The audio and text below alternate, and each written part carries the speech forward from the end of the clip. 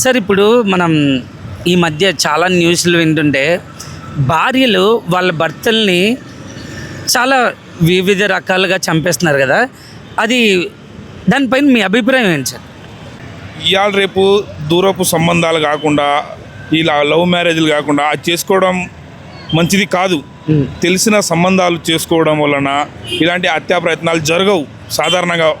ఇంకోటి ఈ అక్రమ సంబంధాలు అనేది చాలా ఎక్కువైపోతున్నాయి ఈ మధ్యలో. ఎందుకంటే ఈ బయటికి లేడీస్లు మొగలకు తెలియకుండా పోవడము, డ్రెస్ మెంటాలిస్టులు ఒకళ్ళని చూసి ఒకళ్ళు నేర్చుకోవడం సమాజంలో, వీటి వలన అక్రమ సంబంధాలను పెట్టుకోవడం జరుగుతుంది. దానివలన ఇక ప్రియుడితో కలిసి మొగుడు నాకు అవసరం లేదు, నాకు వాంతో ఎంజాయ్ జరుగుతుంది. ఇప్పుడు మనం ఏం చేస్తున్నాం అంటే కష్టపడి ఏదో భార్యను ఒక విధంగా చూసుకోవాలి, పిల్లల్ని చదివించాలి, ఫ్యామిలీ బాగుండాలని మనం కష్టపడుతూ ఉంటామండి.